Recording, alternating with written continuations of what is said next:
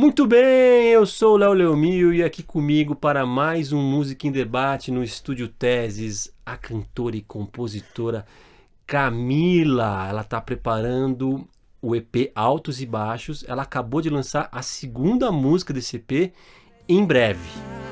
Vamos ouvir esse som. Em breve, mas não tão breve. Dou um jeito na minha vida em menos de um mês. O EP Altos e Baixos, onde está essa música em breve, tem 4 faixas. A Camila já lançou uma outra faixa que é Solidão A2, tá certo, Camila? Sim. Obrigado por ter vindo aqui. Nos fale tudo sobre esse EP e essas 2 músicas que você já lançou. Bom, quero começar agradecendo o convite. Fiquei muito feliz de ter sido chamada para participar do seu podcast. Tamo junto. E então, fala galera, tudo bem? E, bom, como você falou, né, foi lançamento ontem da música Em Breve, que é a segunda faixa do DVD, Altos e Baixos. Tem 4 faixas, são todas composições minhas.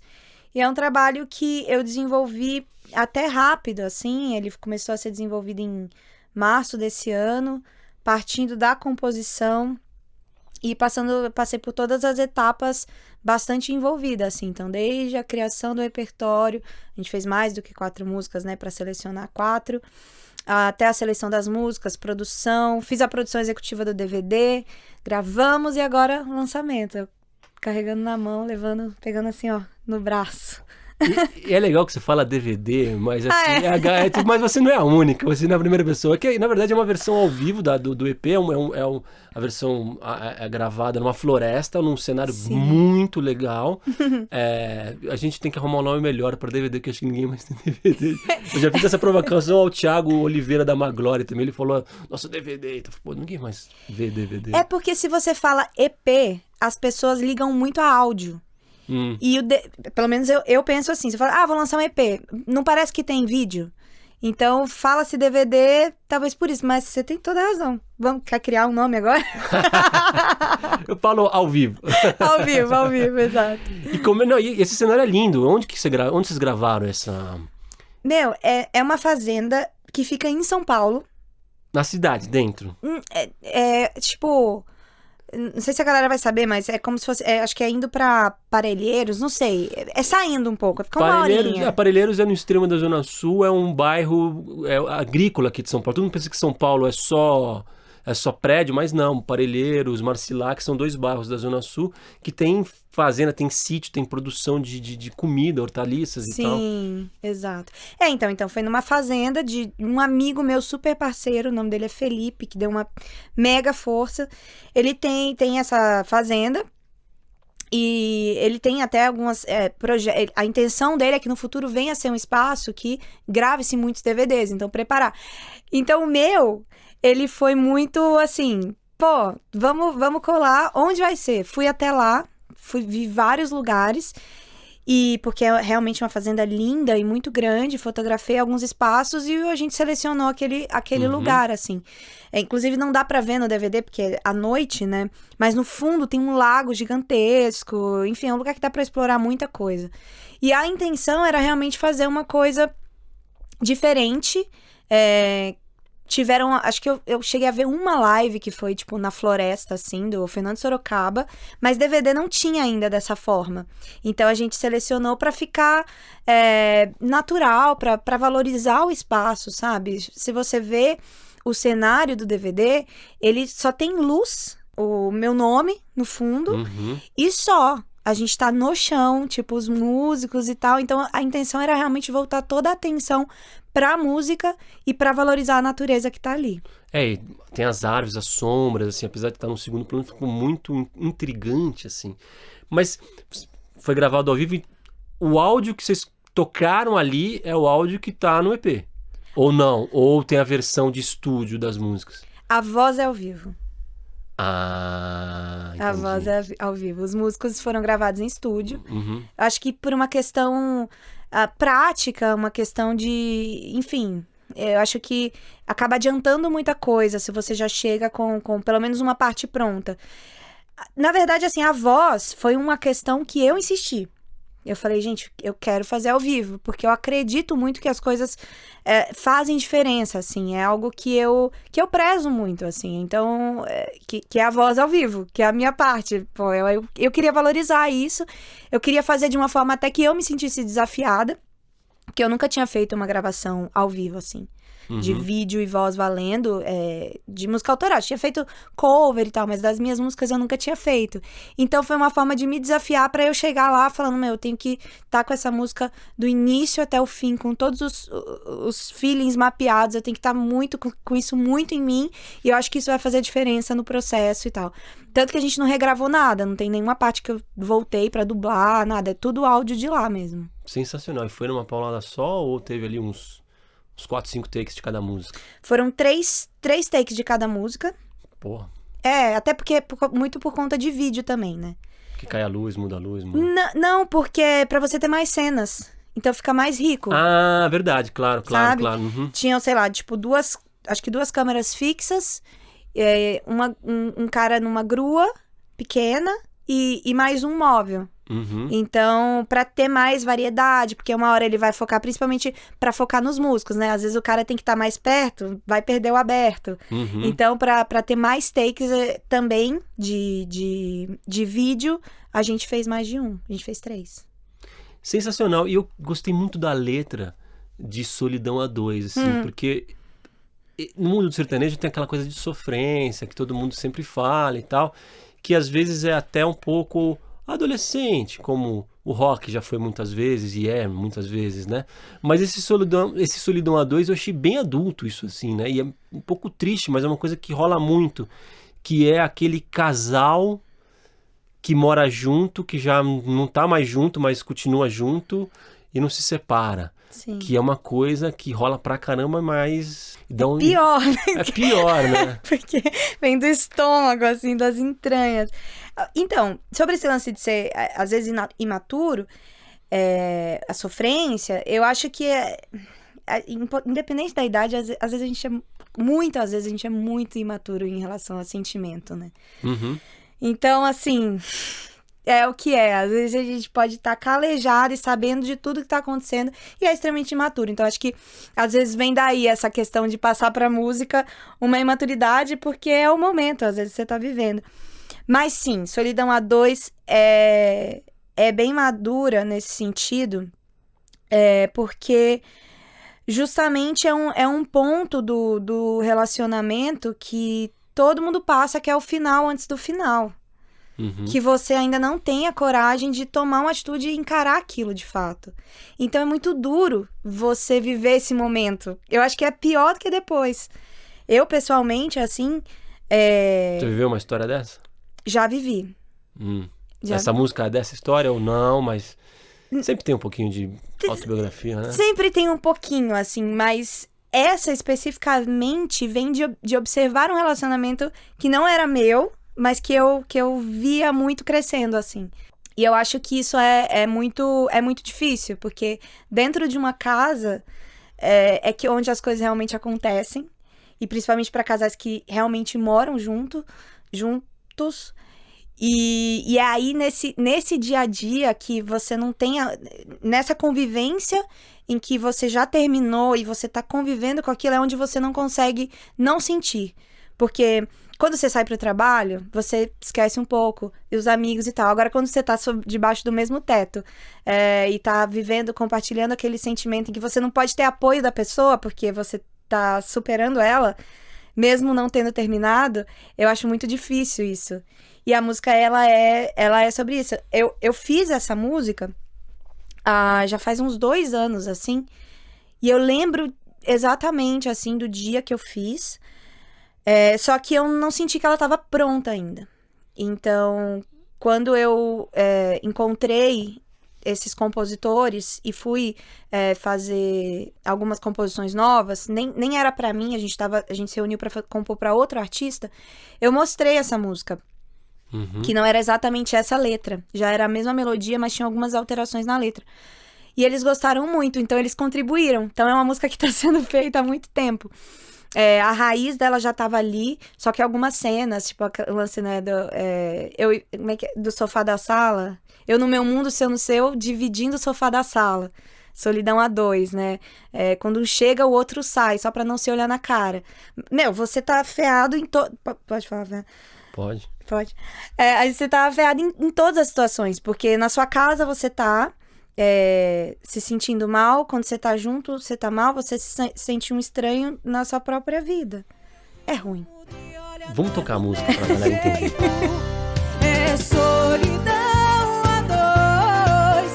Eu no meu mundo, cê no seu, dividindo o sofá da sala. Camila, você falou, encontrei com esses compositores, quer dizer, nesse EP você é compositora, você escreveu as 4 músicas, mas você não fez sozinha, é isso? Exatamente. Me fale como é que é esse processo teu de fazer música e como é que são esses teus encontros aí com outros compositores? Tem várias formas, assim. Eu comecei a compor sozinha. Antes até de lançar minha carreira. Então eu escrevia, mas eu não tinha noção, assim, de como era. Era uma coisa bem, assim, vontade de escrever. Eu acho que foi um despertar interno. Depois eu comecei a realmente estudar para compor. Que é ver referência, ver linguagem, ver como que era. Entender que dentro que existe um processo onde você consegue evoluir e desenvolver uma técnica dentro da criatividade. Cara, fale mais sobre isso. Como assim estudar pra compor? Porque isso é... Galera acha que compor é que não vem aqui de dentro, que sai de dentro de mim. Não, cara, você tem que ter uma técnica. Tem. Como é que é esse teu estudar e essa tua técnica? Num primeiro momento... Se é que você pode entregar o ouro aí pra galera. Ah, não. Hoje em dia, o que tem de compositor dando curso... Mas muito, assim, você tem que dizer, muito, muito, muito. É basicamente, assim, primeiro, acho que com o primeiro passo é você ter referência. Então, você começa a ouvir as músicas e entender o padrão que existe ali. Tem um ponto que é muito interessante. Teve um dia que eu tava mostrando para um amigo meu as minhas músicas. E ele não entende nada de sertanejo, não é de sertanejo. E aí, nem músico também. Aí... Ele falou, tudo meio parecido. Ele falou, começa assim, vai assim, vai essa... E ele gosta muito de MPB e de samba. Eu fiz faculdade de música e na faculdade eu estudei todos esses gêneros, né? Jazz, bossa nova, samba, tocando e tal. Falei, pra quem não conhece bossa nova, acha que é tudo igual. Uhum. Sabe? Mas não é tudo igual. É diferente, muito diferente. Só que existe uma linguagem. Sim, porque senão não seria o mesmo gênero, né? Exatamente. Então, dentro do sertanejo tem uma linguagem. Então, você começa a estudar um pouco padrão de melodia, padrão de ritmo, as partes, né? Seu programa tem uma introdução, tem um desenvolvimento, tem um roteiro. Que eu, como você falou, eu roubei ideias, roubei no bom sentido de outros programas...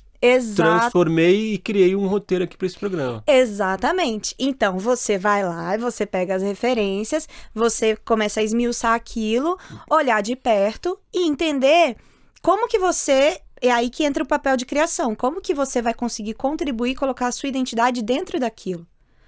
Só que são muitas opções, porque, por exemplo, você tem, no mercado, você tem, assim, inúmeros compositores que são focados em composição só, eles não são artistas. Então, eles não estão preocupados, em geral, é que eu ia falar de uma forma errada aqui. Não é que eles não estão preocupados em ter uma própria identidade. Eles estão, só que a identidade do artista para o qual eles estão compondo é mais importante. Então, eles vão chegar e vão falar assim, do que a Marília fala? Ela fala assim, desse jeito, com esse tipo, e vão compor sobre isso. Então, o processo de composição, ele envolve tudo isso. É por isso que eu fiz questão e eu quis muito, assim, que esse trabalho fosse inteiro de composições minhas. Eu queria que a minha voz, a minha opinião e o meu jeito, ele estivesse impresso dentro disso. Então, eu já venho desenvolvendo a minha composição profissionalmente há uns 2 anos. E eu venho, assim, de escrever diariamente, tipo, todo dia escrever e tá sempre ouvindo, entendendo, compor para outros artistas, compor só para mim, compor para outros gêneros, pro funk, pra pisadinha, pra tudo. E com esse tanto de informação, ainda sentar e pensar, tá, mas e eu? O que eu vou falar? Do que eu vou falar? De que forma? Quais são as palavras que eu vou usar? Então, esse processo vem muito disso. E quando você convida outros compositores para o seu projeto, tem algumas opções. Só que, para mim, é muito importante que sejam pessoas que respeitem a minha identidade e tenham maturidade para entender que é o meu trabalho. Que eu que vou cantar aquilo. Que eu vou falar aquelas palavras. Então, não tem como eles se imporem dentro de uma situação. A gente precisa construir juntos, desde que eles me enxerguem e entendam o que eu quero falar. Então, eu já vinha escrevendo com eles, né? Os compositores são Breno Andrade, Helena Henrique, Michel Alves e Silas Franco. Não são todos que estão em todas as faixas, mas esse é o total, assim, dos compositores. E a gente pegou uma casa, tipo Airbnb, passou um final de semana lá, a gente escreveu umas 8 músicas. Dentro dessas, uma delas já era Solidão A2, que já estava pronta. Selecionei mais 3 e daí elas foram gravadas.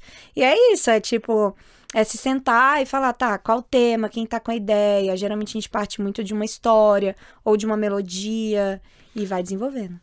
Parte de uma história sensacional. É uma baita dica. Camila, cantora, compositora, no começo da carreira, tomou um golpe. É isso, Camila? Conta essa história pra gente. Então, eu venho trabalhando já desde os 16 anos. Eu estou com 27. Não venho de uma família de músicos e eu sou do interior de Minas Gerais. Me mudei para São Paulo com 17 anos. Pra vir estudar música. Pra vir estudar música, já pra tentar encontrar um caminho. Fui fazer faculdade de piano, porque era uma coisa já mais formal. Não quis fazer de canto. Peraí, você nunca pensou em ser outra coisa? Você sempre falou, eu vou ser cantora. Exatamente. Desde criança? Desde criança. Oh, que legal. Legal. E por quê? Não sei. Não teve influência da família nenhuma? Nenhuma. Eu tive muito apoio. Sempre tive apoio, o que é super raro, né? Mas eu acho que eu era tão dedicada ao piano. Eu sempre gostei muito de cantar, assim. Cantar, eu canto desde os 2 anos de idade. Eu aprendi as músicas que meu irmão aprendia na escola, ele cantava e eu cantava junto. Então é uma coisa muito minha. Isso é muito instrumentista também, né? Sou. O que você toca? Piano e violão. Então, achei que era mais. Tá ótimo. Não, assim, mas beleza, pandeiro, triângulo, tudo isso a gente toca. Não, é instrumento. Pandeiro e triângulo é instrumento. Pô, mas é que se pegar um cara que toca mesmo, né? Falar assim, que eu toco de verdade piano e violão, aí o resto a gente arranha. Ukulele, aquelas coisas. E aí, então, sempre tive essa certeza. E aí, como uma forma de poder sair do interior, vir pra cá, e ter um vínculo com alguma coisa, pra não ser uma coisa totalmente solta, eu falei, vou fazer faculdade, que eu vou estar por lá e vou descobrindo o caminho. E aí, nessa, você vai encontrando pessoas, né, pra trabalhar.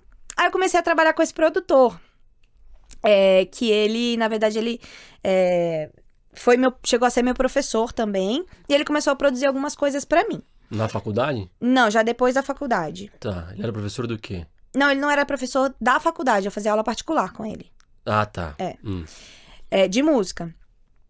Aí ele começou a produzir algumas coisas pra mim. Caramba, você fez faculdade de música, depois saiu da faculdade e continuou estudando? A gente estuda pra sempre, eu estudo até hoje. Maravilha, não sou muito de fazer aula, mas... Não sou muito mais de fazer aula, mas eu estudo... Nossa, todo dia. E aí ele começou a produzir algumas coisas pra mim. Nessa época eu já comecei a compor. Só que eu não tinha me encontrado artisticamente. Então era uma coisa que eu ainda tinha muita influência do que eu tinha aprendido na faculdade. Que era um lance de MPB e tal, outro nicho. Com coisas que eu já tinha escutado. Enfim, eu nasci em 94. Então, na minha adolescência, eu ouvia... pop, né? Muito pop, assim, muito música pop, ainda não tinha tanta internet, então era um pouco do que... Sempre, assim, muita influência externa, um pouco do que meus irmãos ouviam, que era rock e tal, um pouco de trilha sonora de novela, aquela salada, né? Que a gente, hoje com a internet, acho que seria muito diferente, assim, mas nessa época, era muito... A gente vinha um monte de coisa, a gente ia filtrando e aquela coisa. Então, eu tava... tentando me encontrar artisticamente, e aí comecei a compor, mas tinha uma linguagem mais MPB. E ele produzia esse material, fazia os arranjos, ajeitava e tal, porque eu ia gravar um CD. Ele me cobrava muito, caro. E, tipo assim, não tinha a menor preocupação em como que eu ia recuperar. E eu, tipo, eu acabei Caro quanto? Pode falar? Ah, cara, tipo assim... Isso você tinha 20 e poucos anos. É. Você da faculdade. Então isso faz 7 anos. Foi em 2014. 16, mais 16, 15, 16. Então, tipo assim... Só o golpe... Não, vou falar o valor do golpe depois. Aí vocês vão entender um pouquinho. Aí, beleza. Aí a gente ia levando e tal. Eu acreditava que realmente ele podia somar. Não me entendam mal, ele fazia um bom trabalho. Tá. Ele fazia um bom trabalho. Só que eu estava ali numa situação em que não é que eu estava tão madura o suficiente para olhar para aquilo e falar assim, putz, tá passando um pouco, acho que tem que dosar, saber falar não, falar, olha, isso sim, isso aqui não tem necessidade. Eu meio que ia deixando rolar. Ele falava que vamos fazer isso, custa tanto, e você ia. E eu ia. E ele, assim, ele pagava bem os mus, todo mundo recebia bem, só que eu não ia ter retorno com aquilo. Entendeu? Uhum. Não, tipo assim, não... Enfim. Aí, numa dessas, o que aconteceu? Eu comecei a ficar ciente daquela situação, que não tava sendo benéfica pra mim e tal, tava ficando meio estranho. Falei, gente, não quero mais. Aí, na hora que eu falei isso... Porque a gente tinha um combinado, eu pagava tipo um mensal, porque ele fazia várias coisas e a gente tocava. Eu tocava em alguns lugares, tocava na Paulista. Eu toquei durante 1 ano na Paulista. Levava a galera todo domingo lá, gerador e tal, montava tudo e tal. Meu, puta corre, mas muito correria. Eu sempre fui muito correria. Aí eu falei, aí ele falou assim, ah, é? Mas pera, olha o tanto de coisa que eu já fiz. Mas você pagou. Mas teoricamente não tava. Eu fui enroladíssima, assim. Aí ele falou: falta 30 mil. 30 mil do quê? De arranjo. E aí eu falei: puta que pariu. E aí nessas, qual que era o meu receio? É assim, eu era tão insegura com relação às minhas. Ao que eu fazia. E eu tinha, na minha visão, e ele contribuía, reforçava muito isso, a música que eu tinha escrito, por ele colocar a mão nos arranjos e tal, e me dar dicas, sei lá o quê, como se aquilo não fosse meu. Como se aquilo não fosse... como se aquilo fosse dele. E é por isso que eu caía, porque eu achava que aquilo... que não era eu que tinha feito. Que eu não merecia ter aquilo como meu. Por causa disso, porque eu achava que eu não sabia fazer nada. Porque era também algo que era muito reforçado pela postura dele. Gente, é isso. Mas o golpe foi ele me dar 30 mil. Me dá 30 mil. Aí eu falei, e aí por que eu fiquei tão refém? Porque eu não podia, na minha cabeça eu não podia virar as costas e falar, tipo, não. Porque eu falava, pô, são minhas músicas. São as minhas músicas. Se eu falo, tipo, não, sei lá o que, ele vai começar a falar que as músicas são dele, não vou poder nem fazer minhas músicas. Entendeu? E arranjar um problema nesse sentido. E aí o pior não foi nem... O pior foi a solução que eu dei. Porque eu tava, tipo assim, com tanta vergonha de ter caído nessa situação, que eu não tinha coragem de, tipo assim, falar com a minha família. Tipo, gente, eu não tinha 30 mil no bolso. Eu não tinha coragem de ligar pra minha família e falar assim, gente, é o seguinte, ele tá me cobrando 30 mil depois disso tudo e eu vou ter que pagar. Eu tinha muita vergonha. Aí pior foi o jeito que eu dei. Eu falei, bom, eu tenho um carro no meu nome. Pô, vendeu o carro. Não vendi o carro. Foi mais engraçado que isso. Eu fui no banco, eu peguei um empréstimo, coloquei o meu carro de garantia. Hipotecou o carro. Exatamente. Só que o que acontece? O meu pai, ele cuidava da documentação do carro pra mim. Aí ele viu. Então, não, eu tinha 3 meses até chegar, acho que é novembro, da minha placa de pagar o licenciamento. Então, eu tinha 3 meses pra desenrolar essa grana, pra juntar essa grana, pra poder pagar tudo, pra ficar tudo certo com a documentação e ninguém descobrir. E deu certo. Então, se assistirem, vão descobrir agora que... A tua família não sabia até hoje disso? Pô, puta vergonha, Seus pais vão estar sabendo disso vendo esse vídeo aqui agora, é isso? É bem possível. Isso aconteceu, Cara, você falou várias coisas interessantes no meio dessa história. Bom, primeiro eu quero saber como você conseguiu esses 30 mil em 3 meses depois. Eu trabalhava, né? Eu sempre dei aula de música também.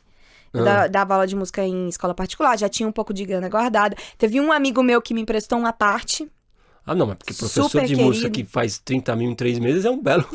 Não, mas eu tinha uma grana guardada. Eu não tinha 30, mas eu tinha, sei lá, tinha 15. Ah, Tinha uma tá. grana guardada. Esse amigo meu me emprestou, acho que ele me emprestou uns 7, alguma coisa assim. Ah, E tá. aí eu trabalhava, então eu guardei tudo, assim, todos os centavos, porque eu dava bastante aula de música, aula de piano e de canto. Eu tinha, sei lá, uns Entendi. 18 alunos. E, tipo, eu ganhava bem porque eu não tinha um super custo de vida, né? Tipo assim, solteiro. Não, na verdade, eu acho que eu não namorava na época. Mas assim, sem filhos e tal, só tinha eu, entendeu? Então eu fui me virando e eu consegui. E outra coisa que você falou que é interessante, assim, que é a parte, talvez acho que não vou dizer que é a grande lição, mas que é que essa coisa de se perceber tá num golpe é quando a pessoa, né, começa a te fragilizar, né? Começa a te atacar no sentido de, não é você que fez, eu que Exatamente. fiz. E quando se vê numa situação dessa, com certeza tá errado, né? Isso foi outra coisa, assim, que eu acho que talvez a lição também, que é produtor não é compositor, né? É. Assim, dar pitaco no arranjo ou sugerir transformações não faz do produtor um compositor, né? Exatamente. Compositor é o cara que chega lá, vamos fazer assim, esse acorde, depois esse, a linha harmônica é essa, e vamos botar essa frase aqui na letra. É. Aí o cara é compositor. Tô certo? Na verdade é uma pergunta isso. Olha, depende. Qual que é a linha? Que linha que você colocaria entre o produtor e o compositor? Quando que um produtor vira compositor? Você teria essa resposta? Assim? Isso não é algo preto no branco, porque mexe com questões que ninguém sabe exatamente responder. Então, assim, quando a música ela é um pouco mais pautada na letra e na melodia, você consegue ter essa noção mais clara. Agora, quando você parte para uma produção, por exemplo, mais eletrônica, que a assinatura também está no produtor, como é que você vai dizer? O que faz parte daquela composição? Então, é difícil. O mais inteligente é que as partes ali envolvidas estejam cientes de tudo que está acontecendo, sabe? E aceitem aquela situação. O produtor vai entrar na composição, mas porque ele criou uma melodia, uma parte da música de fato, sabe? Entendi. E não porque ele criou um arranjo. No caso ali, não tinha justificativa, porque era uma coisa realmente de, tipo, não está na melodia, não está na letra, fez uma introdução, fez um negócio, entendeu? Então era mais ou menos aquilo. Só que o cara foi bem desonesto mesmo. Foi sim. Eticamente, né? Tipo, pegou ali no psicológico. Isso é muito comum, né? Infelizmente, assim, porque a gente tá num meio que não é um meio... não é tão regularizado, sabe? Não é como uma caixa que você pega e você precifica e você passa. Não é isso. São muitas nuances, muitas partes. Tanto que a galera quebra a cabeça com direito autoral de uma forma que você fica abismado. A gente tava falando antes de começar a gravar sobre questão de marca, né? Então, às vezes o nome artístico, o nome da banda, quem que leva, quem que pode levar. Então é difícil. Propriedade intelectual é algo que é muito complicado de você definir, né, de uma forma tão prática. E querendo ou não, a gente tá com a cabeça na música, entendeu? E aí, pra você se ligar, a não ser que você seja muito bem orientado, e hoje tá mudando porque tem muito mais informação por aí, e se você não se ligar, você é enrolado assim, mas muito assim. E acontece pra caramba.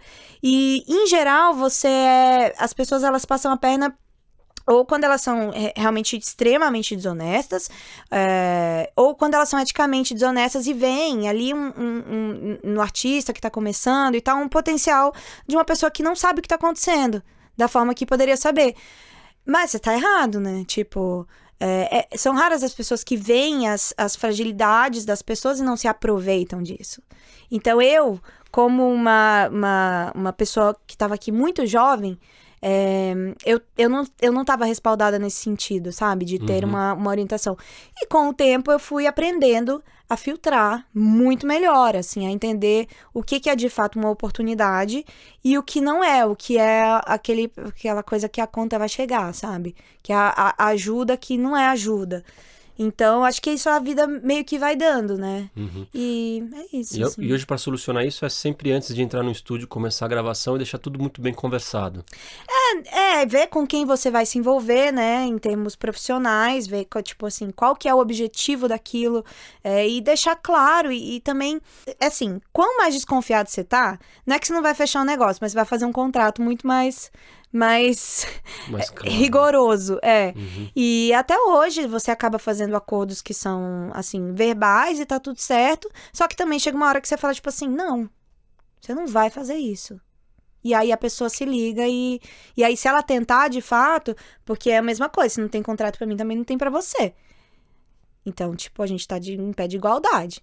Uhum. Então, é basicamente isso, assim. Você tem que ter frieza, mas eu não gosto da ideia de perder também a naturalidade das coisas por conta disso. Eu acho que não vale a pena. Não vale a pena. Às vezes vale a pena você... Não 30 mil, né? Mas às vezes vale a pena você perder uma graninha pra ganhar umas noites de sono, sabe? Camila, qual o tema que você escolheu aqui? É preciso dinheiro pra fazer sucesso? É bem legal esse tema que você escolheu. Claro, a gente sempre combina antes esses temas. Eu não sou muito do mundo do sertanejo, mas a impressão que eu tenho é que você é uma cantora independente, né? Uma cantora que tá aí na batalha, não corre sozinho, não tem grandes investidores como outros cantores, outros artistas do sertanejo, né? É aquela coisa, né? Eu acho que dinheiro ele pode fazer coisas maravilhosas para uma carreira. E eu vejo ele como um grande impulsionador. Ele pode colocar um grande holofote sobre você. Mas esse holofote ele não vai fazer diferença se o que as pessoas virem não for interessante. E a gente vê por aí muitos artistas que têm muito view, mas não são artistas que viraram de fato. São números, mas nunca se pagam. Porque gasta-se muito no meio do sertanejo. Rola muito dinheiro e tá tudo certo. O problema não é dinheiro. A questão é que se você apostar, se apoiar totalmente sobre a grana, não sobra mais nada. E aí, qualquer outra pessoa com grana vai poder fazer exatamente o que você faz. E aí, ou você vai ser a pessoa que mais tem grana pra sempre. E quem é essa pessoa? Ou você tem que se mexer pra ter algum diferencial. E realmente se construir como artista. Eu realmente, assim, a minha cabeça ela já funciona de uma forma em que ela tá sempre buscando a forma de realizar. Eu tenho muita consciência que demandam muitas habilidades para gerir uma carreira. Só que eu não tô disposta a abrir mão de fazer essa gestão, a não ser que realmente venha uma pessoa que eu falo, putz, essa pessoa, ela tem os mesmos princípios que eu, ela tem as mesmas vontades que eu, ela tem a mesma vontade de trabalhar que eu, e ela realmente está disposta a fazer aquilo virar e realmente ela vai fazer parte de algo e ganhar de algo que vai dar certo pelo trabalho que ela está contribuindo. Então, assim, trazer pessoas para dentro que não vão somar, como eu já fiz, e que às vezes só, tipo, me atrasam, não faz mais sentido para mim. Hoje eu já tenho essa clareza muito maior do que eu quero. Então, é por isso que eu acabo me envolvendo tanto em todas as partes. Uhum. Tenho muita gente que soma, né? Tenho a assessoria de imprensa que soma comigo. Fui fazer a composição, os compositores parceiros, a produção, o cenário e tal. Só que eu sou a pessoa que dou o direcionamento, sabe? É negócio que você tá falando, porque assim, deixa eu ver se a gente tá mais ou menos falando a mesma coisa aqui. Porque sempre me falaram assim, chega uma dupla do sertanejo, aí chega um fazendeiro, bota lá milhões, aí os caras lá compram uma composição, montam uma super produção para um show, banca a banda, banca o lançamento dessa música, aí a dupla explode com aquele sucesso, mas ela só tem aquele sucesso. Aí no show ela toca esse sucesso uma, duas vezes e toca sucessos de outras duplas, com bailarinas, músicos excelentes, mas os caras não têm isso que você está falando, que não viram, né? Eles até viram ali por um ano. É o artista do ano, ou do verão, ou sei lá, do inverno. E aí aparece outra dupla.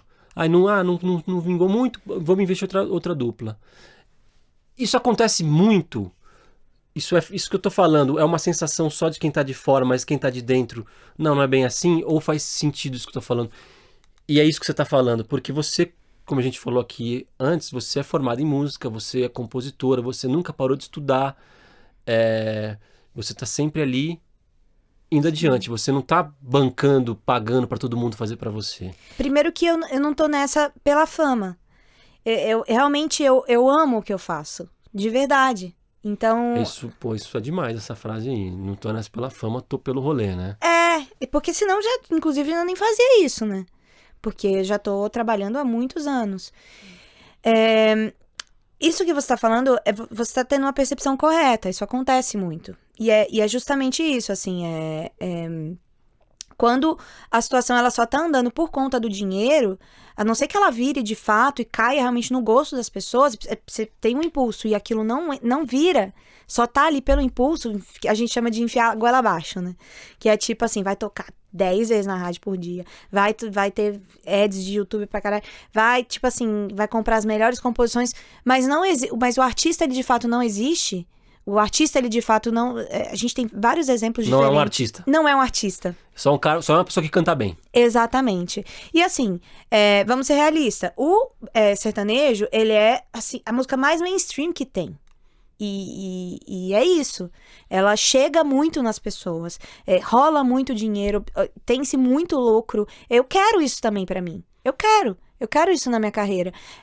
Só que, por ser assim, ele atrai muita gente que não tá nem aí pra música. Ele atrai muita gente que não gosta de música, que tá pela fama e tal, pelo dinheiro.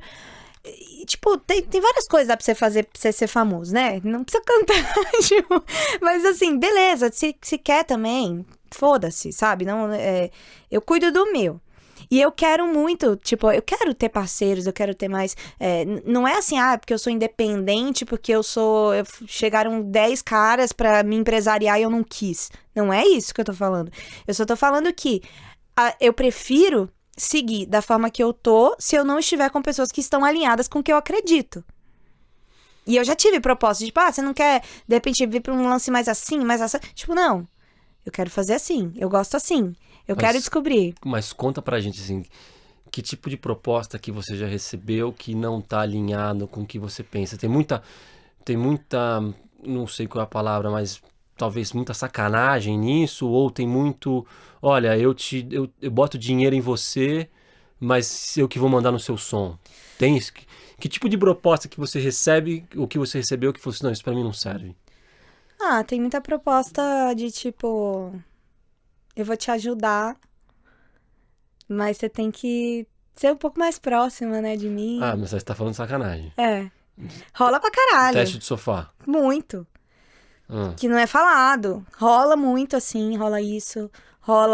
Ou rola, tipo assim, não, o que você acha de fazer um bagulho mais assim, mais pro pop, mais sensual, sei lá, qualquer coisa assim. E eu falo, tipo... E aí, né? Então, assim, tem muita coisa que não é falada, mas que existe. Cara, rola um teste do sofá aí nessa parada também, cara. Puta sacanagem. Eu achei cara, eu não entendo muito bem, assim, Porque não... Tá, você vai lá, vai ser aí. Não, eu não entendo qual tipo assim, como é que eu posso dizer? O que rola é assim, às vezes você, por algum motivo, o seu maior valor ali, ele não vai ser artístico e vai ser outra coisa. Então, tipo, beleza, tá tudo certo. Quem quiser, vai. Eu escolho outro caminho mas é uma construção. É uma construção e você tem que... Eu acho que se você não tiver a base do que você quer, fica muito difícil você falar não. Você sofre muito. Quando você tem, fica claro. Você fala, tipo, não. E aí você volta pra sua casa e continua trabalhando. E continua fazendo o que você acredita. E aí você não faz parcerias que são estranhas. O que eu vejo? Eu acho que quanto mais o artista ele tem o poder dele fazer o papel dele ser a parte mais importante do trabalho dele, mais autonomia e mais liberdade ele vai ter. de trabalho. Como eu vejo tantos, pô, uma das maiores referências pra mim é Marília Mendonça, uma super compositora, uma voz maravilhosa, super intérprete. Ela abriu o próprio escritório e tá com a Maiara e Maraísa no próprio escritório. Essas são as minhas referências. Então, eu busco isso. Qualquer coisa que venha me atrapalhar ou me fazer acreditar que eu não vou conseguir por algum outro motivo, eu procuro dizer não. Não é, tipo, não é todo mundo, não é sempre. Às vezes as pessoas até falam, acham que é por um motivo e não é. Às vezes a pessoa é super competente, as pessoas gostam de diminuir o trabalho dela por algum motivo. Mas isso acaba enchendo um pouco o saco. Cara, demais. Você é muito boa de lacração. Falou várias ótimas frases aqui. Eu tô... É foda, né? Mas assim, eu acho que... Cara, é difícil acreditar que alguma cantora se deu bem porque saiu com uma certa pessoa. Dessas todas grandes Então, que você eu falou. acho que não... Então, é aí que você tá vai transar com o cara e não vai dar em nada. É aí que tá não o jogo. caia nessa, meninas. Exatamente. É aí que entra o ponto-chave. Essas coisas, elas só atrapalham. Eu não acho que isso vira. Você entende? Eu não acho que isso vira. Tipo assim, eu acho que são coisas, são situações que a gente vai passando. É que assim... Vamos colocar, o artista muitas vezes ele tá num ponto muito vulnerável, porque aquilo é muito importante pra ele. Quando você quer muito alguma coisa, que alguém pode, tipo, de fato, abrir portas pra você, pelo seu trabalho, você quer muito aquilo. Só que ficam esses impeditivos. Então, isso acaba dando canseira, na verdade. Você perde tempo, porque às vezes você sai pra uma reunião que você fala, putz, eu podia ter ficado em casa fazendo alguma coisa. Ou você acredita numa situação e aquilo te decepciona. Você acha que a pessoa é séria, aí você chega lá, recebe uma proposta dela, você fala, puta, perdi minha tarde vindo ver esse idiota. Exatamente. E não é uma coisa super assim, tipo, é isso. Mas fica um bagulho meio, tipo assim, nas entrelinhas, entendeu? Só que é muito cilada. Eu de fato... assim, é comprovado, todo mundo, quase todo mundo, né, tipo, não, todo mundo que, já faz 5 anos, 3 anos, 10 anos que tá ali, ele com certeza, ele tem o mérito. Essa artista ou esse artista, entendeu? Só que muitas vezes o imediatismo, ele faz com que a gente, tipo assim, quantas vezes isso já, tipo assim, me chateou, de perder meu tempo, de eu perder minha confiança, falar, pô, por que isso tá acontecendo, sabe? E aí chega uma hora que você começa a, tipo, falar, não, vamos lá, eu acredito no meu trabalho, eu vou focar nisso, e porque essas são as pessoas que eu olho e que eu falo, putz, que foda, sabe? É aí que eu quero chegar. E isso que vem vindo e que rola muito, eu acho que é uma tentativa de manipular mesmo, assim, que a gente não pode cair, tipo, e eu tô falando aqui da minha situação, mas podem ter outras trocas, né?